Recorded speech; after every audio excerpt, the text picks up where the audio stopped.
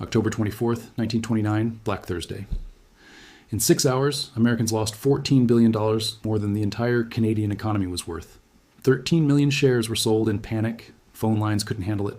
Communication with the stock exchange was cut off. But few people know that this crash began with the decision of just one man. A man whom newspapers called Sunshine Charlie, America's most popular banker. This was Charles Mitchell. He was the one who triggered what we now call the Great Depression. 7 months earlier, Charles Mitchell uttered a phrase that was supposed to save the American economy. Instead, it set in motion the mechanism of the most terrible crash in human history. The Great Depression lasted 10 years and changed the lives of an entire generation of Americans. 25 million people lost their jobs, every fourth person. 5,000 banks closed forever, taking with them the savings of millions of families. 2 million Americans were homeless. Families lived in cardboard boxes in tent cities that were bitterly called Hoovervilles. Suicides increased by 30%. In a country that just yesterday considered itself the richest in the world, people stood in lines for free bread. But the question nobody asks is, how did one banker's decision create this cascade of destruction? The answer reveals something disturbing about how financial systems actually work and why the same patterns keep repeating today. In the 1920s, America was experiencing an unprecedented boom. The Roaring Twenties, Ford cars rolling off assembly lines, radios in every home, jazz clubs packed until dawn, skyscrapers rising higher each month. It seemed that prosperity would last forever. This was the moment when Charles Mitchell stepped onto the scene. Born in 1877 to a farmer's family in Massachusetts, nothing in his background predicted he would become the most influential banker in America. In 1919, Mitchell took control of National City Bank, the country's largest financial institution with assets of $2.7 billion. That was more than the entire budget of most countries at the time. But Mitchell wasn't satisfied with running a traditional bank. He had a vision that would transform American finance forever and ultimately help trigger the greatest economic collapse in modern history. Before Mitchell, the stock market was a closed club. Only 500,000 Americans owned stocks, less than 1% of the population. The wealthy played with their money while ordinary people kept savings in bank accounts or bought conservative bonds. Mitchell looked at this situation and saw massive untapped opportunity. Every American should be a capitalist, he declared. Why should wealth building belong only to the elite? In 1920, Mitchell created National City Company as a subsidiary. Its mission was revolutionary: sell stocks to ordinary Americans directly through bank branches. When someone walked in to open a savings account, they were offered something more seductive, a chance to invest in the American dream itself. Mitchell turned stock selling into a sophisticated art form. He studied psychology, human desire, the dreams that kept working people awake at night. His salespeople weren't traditional bankers in dark suits. They were trained specialists in 69 branches across the country, dream merchants who knew exactly what buttons to push. The advertising was revolutionary. Newspaper ads proclaimed, "Get rich by investing just $15 a month. Become a partner of American Telephone and Telegraph. Your children will be proud of you. You're an investor." Magazines published carefully crafted success stories. How a secretary from Ohio became wealthy in just 2 years.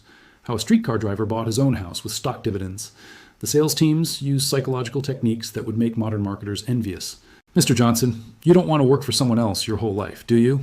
General Electric stocks represent your chance to become master of your own destiny." Or they'd say, "Mrs. Smith, your husband works for Ford. Why don't you become a co-owner of the company he's helping to build?" National City Company offices featured posters showing happy families standing in front of large houses. Thanks to stocks, we bought our dream home. Happy faces, expensive cars, smiling children. Everything screamed this could be your life too. But Mitchell's real genius lay in the credit scheme he pioneered. Stocks could be purchased on margin. Put down only 10% of your own money. Borrow the remaining 90% from the bank. The math seemed irresistible. Imagine you have $100. You buy $1,000 worth of stocks. If they grow by 20%, you earn $200. You've doubled your initial investment. Salespeople demonstrated this with simple, compelling examples. Look, Mr. Brown bought Radio Corporation stocks for $500, investing only $50 of his own money. In 6 months, the value grew by $150. His profit was 300%. Meanwhile, your money sitting in a bank account would have earned maybe $15 at best. The results exceeded even Mitchell's ambitious expectations. From 1925 to 1929, the volume of loans for stock purchases exploded from $2 billion to $8.5 billion, a 425% increase in just 4 years. The number of Americans owning stocks grew from 500,000 to 10 million people. A teacher from Ohio mortgaged her house to buy Radio Corporation stocks. A farmer from Kansas sold his cattle to purchase General Motors shares. A mechanic from Detroit invested 6 months of salary in Ford stock. Everyone believed this was their ticket to wealth, and Mitchell basked in the glory. Financial magazines called him a genius, the democratizer of Wall Street. In 1928, he personally earned $1.2 million. In today's money, that equals roughly $20 million. The press wrote about him as the man who made every American a potential millionaire. But Mitchell wasn't finished innovating. He created investment trusts, funds that bought stocks with borrowed money. These trusts themselves became publicly traded companies whose shares were again purchased on credit. Layer upon layer of borrowed money. The result was a towering pyramid of debt built entirely on the assumption that prices would rise forever. By spring 1929, even optimistic economists were getting nervous. Stock prices were climbing faster than the actual economy was growing. The Federal Reserve System began sounding alarms. The market was dangerously overheated. The numbers told a troubling story. Major company stocks were trading at prices 15 times their annual profits. For comparison, such valuations today trigger immediate warnings of speculative bubbles.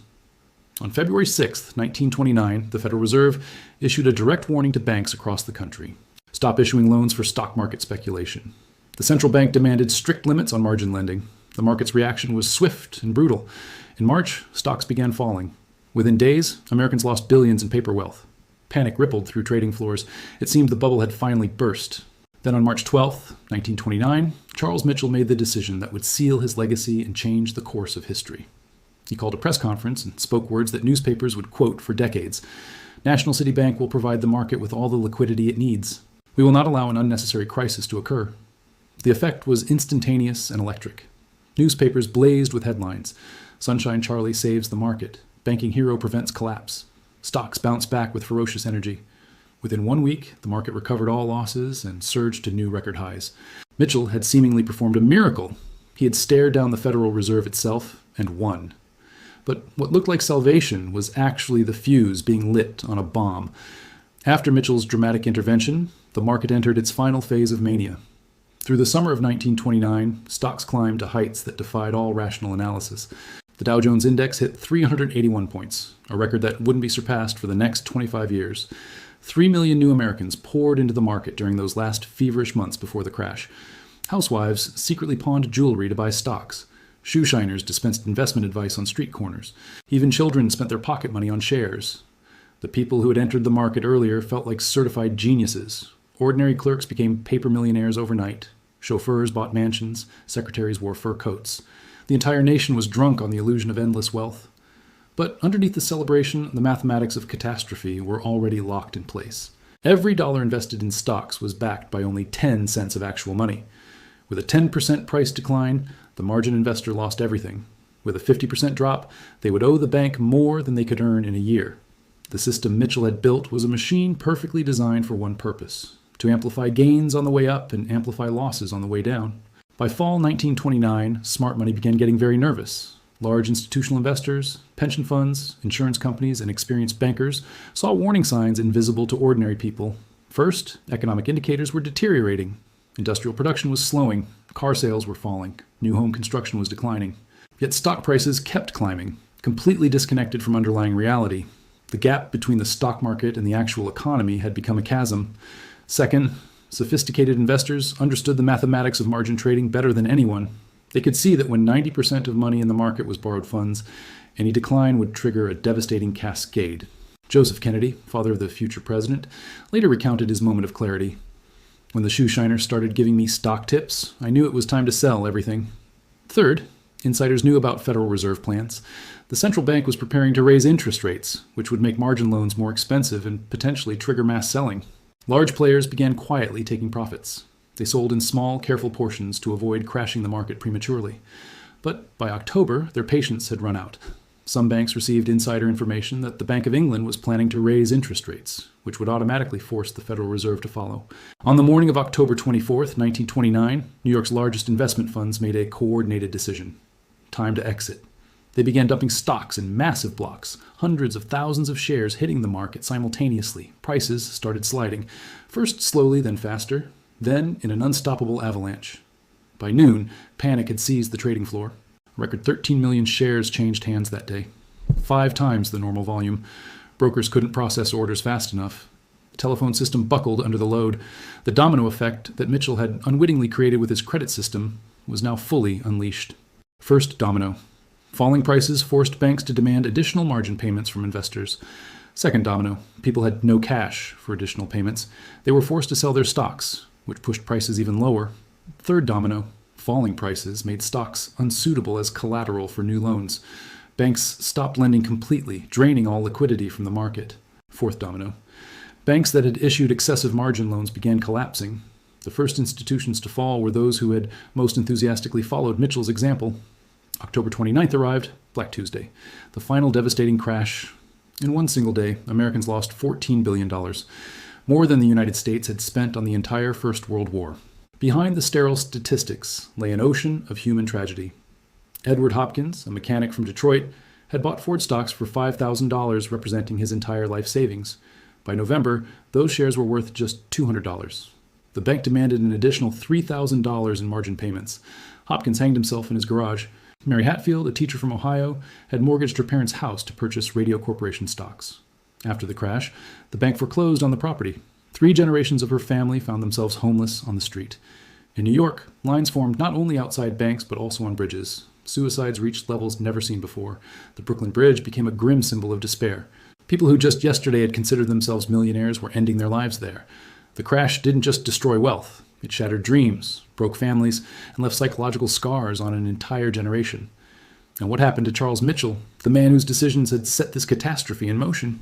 In 1933, he was summoned before Congress to testify. Senator Carter Glass asked him directly, "Do you consider yourself responsible for the ruin of millions of American families?" Mitchell's reply was coldly matter-of-fact. "I wanted to give people the opportunity to get rich. Nobody forced them to buy stocks." But justice eventually caught up with Sunshine Charlie. In 1933, he was tried for tax evasion involving $850,000. He was forced to resign from National City Bank, in complete disgrace.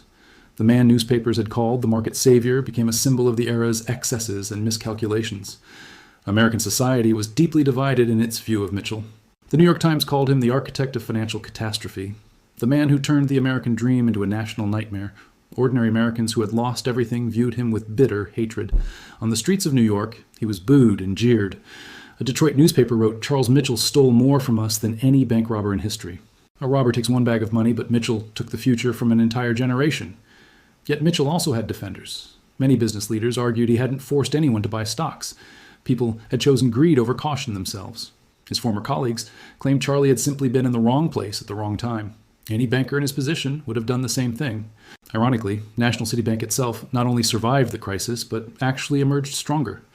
After Mitchell's resignation, new management shut down all risky operations and focused on conservative deposits and loans. The bank received government support as an institution too important to fail. Moreover, the collapse of competitor banks allowed National City to absorb their assets for pennies on the dollar. By 1935, the bank controlled an even larger market share than before the crisis. Mitchell himself spent the rest of his life in relative obscurity. After his trial, he moved to Europe, where he worked as a consultant for small banks. Returning to the United States in the 1940s, he founded a modest investment company. Sunshine Charlie had become an elderly man remembered only as a symbol of 1920s excess. Mitchell died in 1955 at age 78, never publicly acknowledging any responsibility for the Great Depression. The catastrophe Mitchell helped trigger changed the American financial system forever. In 1933, Congress passed the Glass-Steagall Act, forcibly separating commercial banks from investment banks. The goal was simple and clear: never again allow bankers to gamble with depositors' money. The Securities and Exchange Commission was created to oversee markets and protect investors. Bank deposit insurance was established so people wouldn't lose everything if their bank failed. Strict requirements for margin trading were imposed to prevent another leverage-fueled bubble. America swore solemnly this would never happen again, but the government also took more radical, controversial measures. In April 1933, President Roosevelt signed an executive order that shook the foundations of the American economy. Private ownership of gold was prohibited. All Americans were required to surrender their gold coins and bars to the government at a fixed price below market value. This was a desperate attempt to regain control over the monetary system. As long as people could demand gold in exchange for dollars, the government couldn't print money freely to fight deflation and depression. Gold confiscation allowed the government to increase the money supply and combat the devastating deflation crushing the economy. But the price was violating what many considered Americans' fundamental right to own precious metals. Within 1 month, Americans surrendered more than 3,600 tons of gold, more than the current combined gold reserves of Russia and China today. Then, a year later, the government raised the official price of gold from $20 to $35 per ounce, effectively earning billions of dollars in profit on the confiscated metal. The scars of the Great Depression remained visible for an entire generation. The American economy took a full decade to recover. Millions of people forever lost faith in the stock market. An entire generation preferred keeping cash under mattresses, rather than trusting banks with their savings. Today, almost a century later, history is repeating with frightening accuracy. 50 million Americans now trade stocks through smartphone apps. The volume of margin loans has reached a record $900 billion. Applications like Robinhood promise exactly what Mitchell offered a century ago. Make everyone an investor. 0 commissions. Trade like a professional. Invest your entire paycheck. A new generation pours money into cryptocurrencies and meme stocks, borrowing on margin accounts with a single tap. The same promises of easy wealth, the same access to cheap borrowed money, the same fundamental mechanism Mitchell created almost 100 years ago. The average American today owes more than they earn in an entire year. Margin trading has reached 1929 levels relative to the economy. And once again, millions of people believe that this time is different, that modern technology has somehow repealed the laws of financial gravity. Charles Mitchell's story isn't about villainy, it's about how well-intentioned innovations can create catastrophic unintended consequences. He genuinely wanted to give ordinary people access to wealth-building opportunities previously reserved for the elite. He believed he was democratizing finance and spreading prosperity, but his system amplified both greed and fear to devastating effect. It turned prudent investment into gambling and transformed market corrections into economic apocalypse. Every American should be a capitalist, Mitchell proclaimed in 1928. Everyone should have access to investment opportunities. Today's financial technology companies echo. The words have changed slightly, but the underlying promise remains identical. History doesn't repeat itself exactly, but it often rhymes with disturbing precision. The next time you hear promises of easy money, the next time someone tells you investing is simple and risk-free, the next time you're offered the chance to borrow money to chase returns, remember Sunshine Charlie. Remember what happened when an entire nation believed that wealth could be created simply by buying and selling paper. Remember who profited when the bubble was inflating and who paid the price when it burst. The Great Depression taught America painful lessons about leverage, speculation, and the dangers of believing that markets only go up. We built an entire regulatory system designed to prevent another 1929. Yet here we stand, nearly a century later, watching the same patterns emerge with new technology but identical psychology. Mitchell died, never admitting his role in the catastrophe. But history's verdict is clear. His innovations in consumer lending and stock market democratization helped inflate the greatest bubble in American history up to that point. When that bubble burst, it didn't just crash the market. It crashed lives, families, and the economic foundation of an entire generation. The question we should be asking ourselves today is this: have we truly learned the lessons of 1929? Or are we simply repeating the same mistakes with smartphones instead of telegraph machines, with apps instead of bank branches, and with new language disguising old dangers? Subscribe to follow more stories that reveal the real patterns behind money and power, because understanding history isn't about looking backward, it's about seeing what's coming next before it arrives.